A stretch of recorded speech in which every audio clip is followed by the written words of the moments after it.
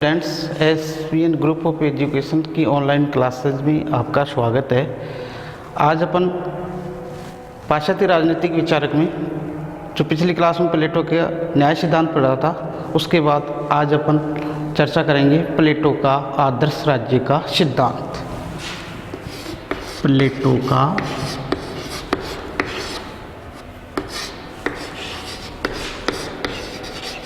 आदर्श राज्य का सिद्धांत।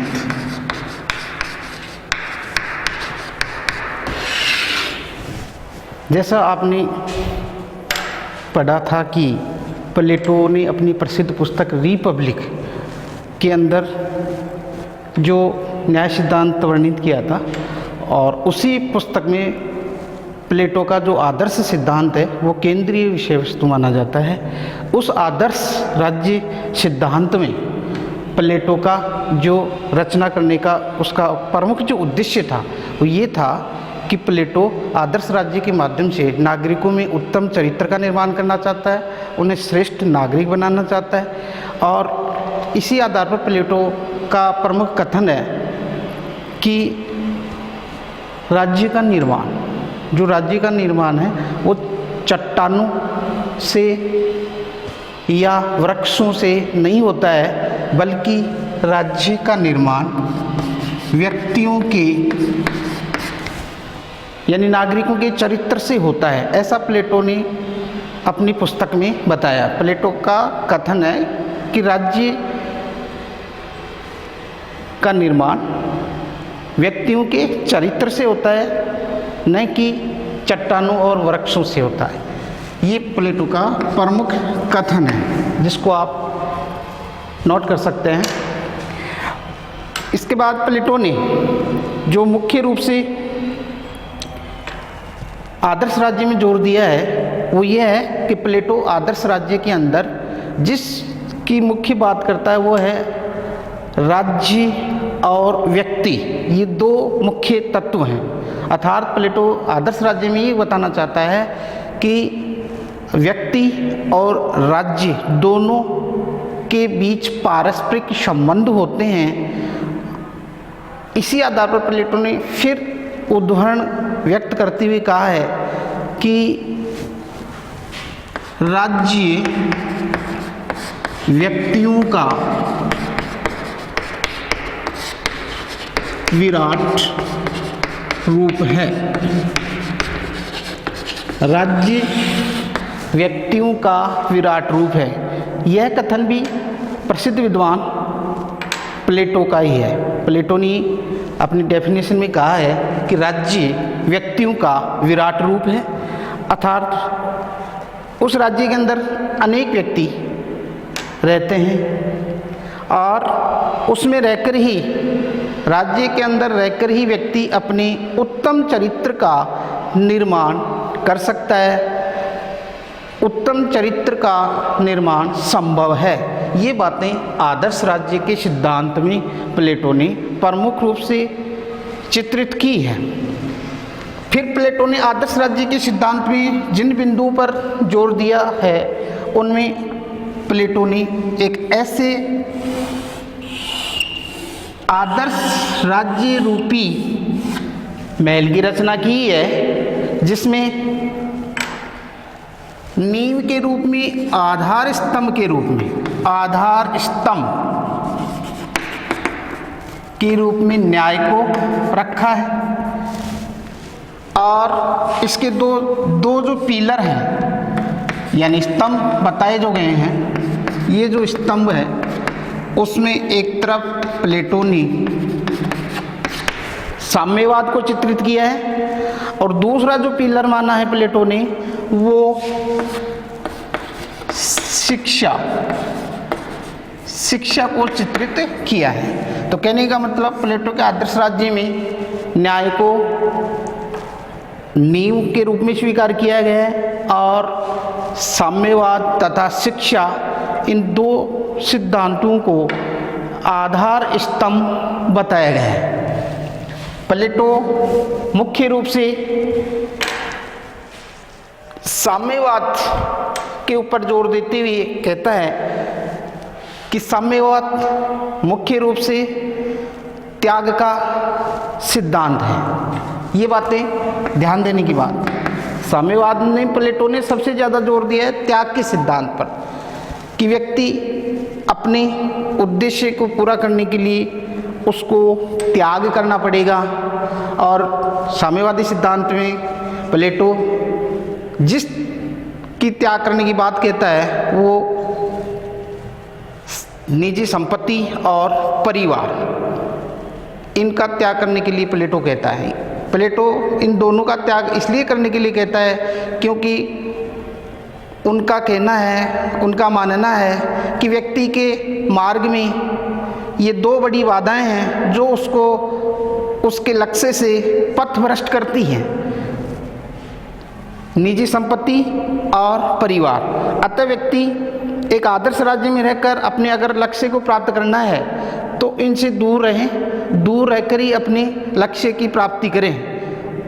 कहने का तात्पर्य है कि प्लेटो निजी संपत्ति के त्याग पर जोर देता है, निजी संपत्ति के त्याग के। साम्यवाद में निजी संपत्ति का त्याग, संपत्ति का त्याग करने के लिए कहता है और परिवार का त्याग करने के लिए कहता है। इनसे दूर रहकर ही व्यक्ति अपने कार्यों को पूरा करेगा और अपने लक्ष्य की प्राप्ति करेगा। ध्यान इनसे अलग रखकर ही व्यक्ति अपना पूरा जीवन राज्य की सेवा में समर्पित करेगा। राज्य के द्वारा बनाएगी जो बारीक जो धर्म जो संस्थानें हैं उनमें रहकर ही व्यक्ति अपना जीवन व्यतीत करेगा। ये सारी जो बातें हैं प्लेटो ने राज्य के आदर्श सिद्धांत में बताई है, साम्यवाद के सिद्धांत में प्रस्तुत की है। दूसरी बात, प्लेटो ने जो मुख्य रूप से दूसरा जो स्तंभ बताया है वो शिक्षा बताया है। शिक्षा में प्लेटो ने शिक्षा पर जोर देते हुए प्लेटो ने अपने विचार प्रस्तुत करते हुए कहा है कि शिक्षा नागरिकों के विकास के लिए ज़रूरी है। शिक्षा वह कड़ी है जिसके द्वारा व्यक्ति अपना सर्वांगीण विकास कर सकता है, व्यक्ति अपना सर्वांगीण विकास कर सकता है।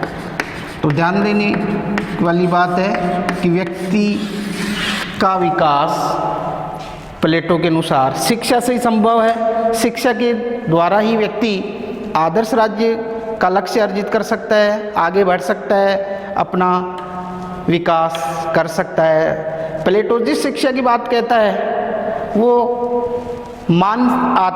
आध्यात्मिक, शारीरिक और मानसिक, ये तीनों का विकास होना प्लेटो के अनुसार शिक्षा का अर्थ कहलाता है। शिक्षा वह प्रक्रिया है जिसमें व्यक्ति अपना शारीरिक, मानसिक और आध्यात्मिक विकास करता है। ये डेफिनेशन प्लेटो ने शिक्षा के संदर्भ में दी है। फिर प्लेटो शिक्षा के संबंध में राज्य को निर्देशित करते हुए ये कहता है, जिन बिंदु पर जोर देता है उनमें मुख्य रूप से ये कहता है कि शिक्षा नंबर 1 राज्य के द्वारा ही दी जानी चाहिए।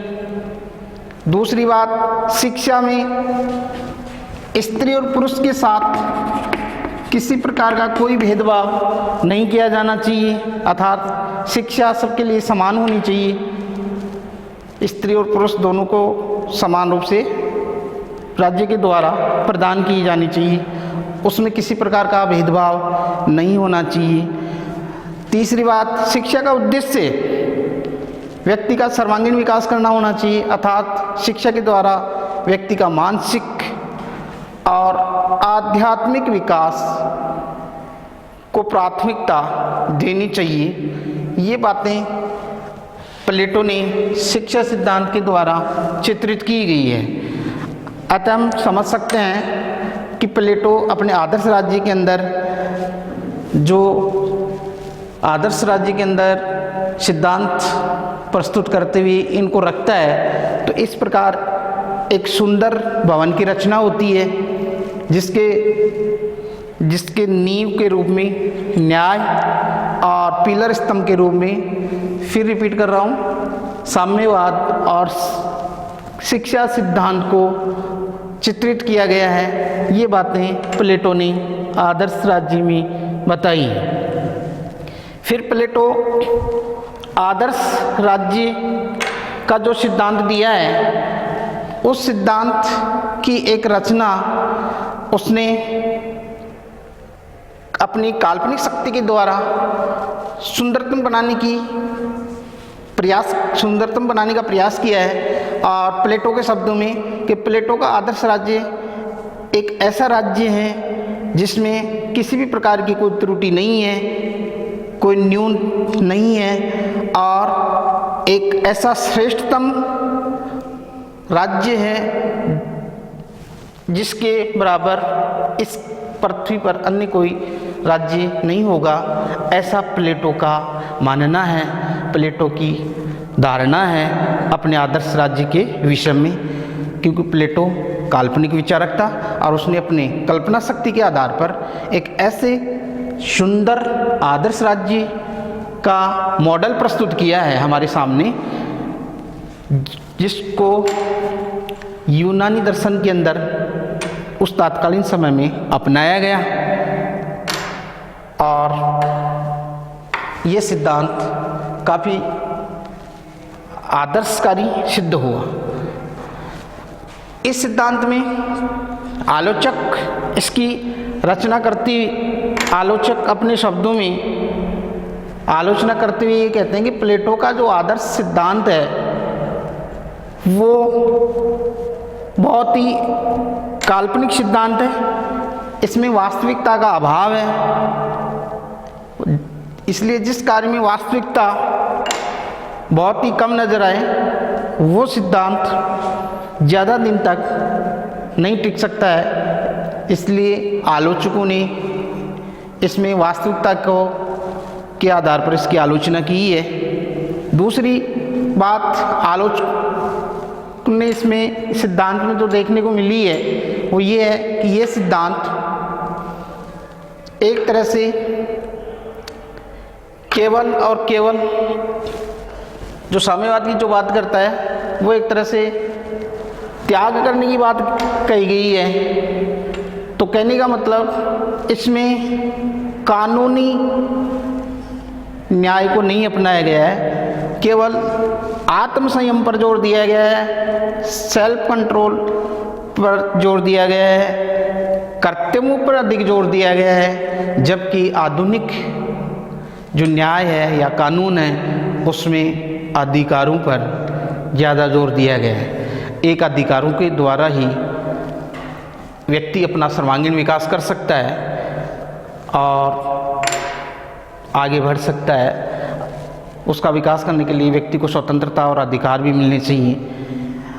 दूसरी इसमें आलोचना रूप में और अपन बिंदु देखेंगे वो ये है कि इसके अंदर आलोचक ये कहते हैं कि कोई दंडकारी व्यवस्था का अभाव नहीं है, यानी न्याय सिद्धांत के अंदर एक वर्ग अपने अपने कर्तव्य का पालन करेगा।